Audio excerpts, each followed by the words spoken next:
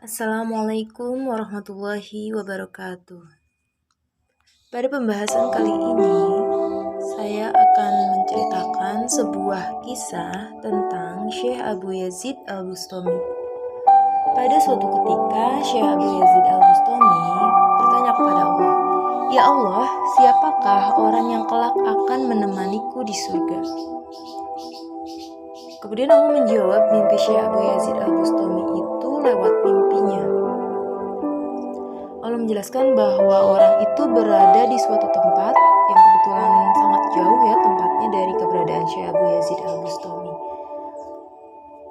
Tetapi karena Syekh Abu Yazid Al-Bustami penasaran dengan orang yang kelak akan menemaninya di surga itu, walaupun jaraknya jauh, Syekh Abu Yazid Al-Bustami berusaha untuk menemuinya. Nah, setelah menempuh perjalanan yang cukup jauh dan melelahkan, akhirnya Syekh Abu Yazid Al-Bustami sampai di suatu tempat yang mana tempat itu beradalah Syekh yang akan menemaninya di surga tersebut. Tetapi ketika ia melihat Syekh itu, kita sebut saja namanya Syekh Nur Hidayatullah ya. Ketika Syekh Abu Yazid Al-Bustami melihat orang yang akan menjadi temannya nanti di surga, dia sangat terkejut dan hampir tidak percaya bahwa orang itu akan menjadi temannya di surga. Kenapa?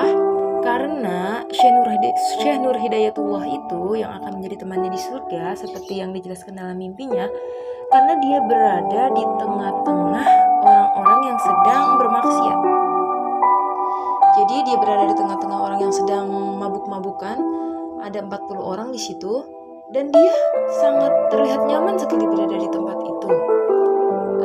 Dia sepertinya tidak canggung atau risih sedikit pun, padahal tidak mungkin pantas bagi dia untuk berada di tempat itu. Nah, langsung saja Syekh Abu Yazid Al-Bustami bermaksud untuk meninggalkan Syekh Nur Hidayatullah tersebut. Namun ketika ia hendak beranjak pergi, ya, orang yang tadi yang bernama Syekh Nur Hidayatullah yang berada di tengah-tengah orang yang mabuk-mabukan itu segera memanggil Syekh Abu Yazid Al-Bustami.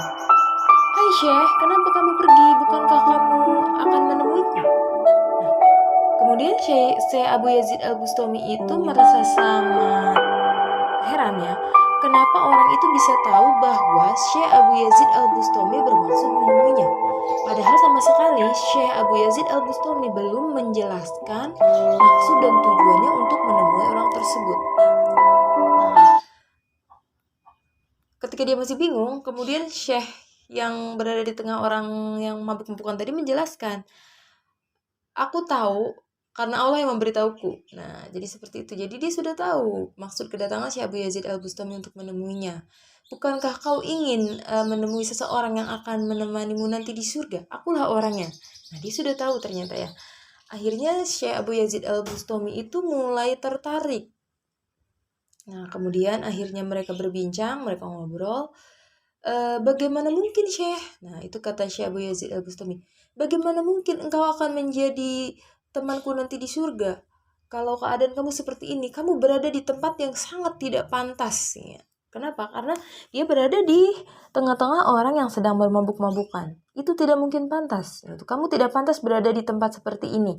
Nah, itu ucap Syekh Abu Yazid Al-Bustami. Tetapi Syekh Nur Hidayatullah itu yang berada di tengah-tengah orang mabuk itu, kemudian dia berkata bahwa tidak semua wali, tidak semua ulama seperti dirimu yang hanya sibuk beribadah kepada Allah. Ada juga yang seperti diriku yang harus terjun ke tengah-tengah orang yang bermaksiat seperti ini.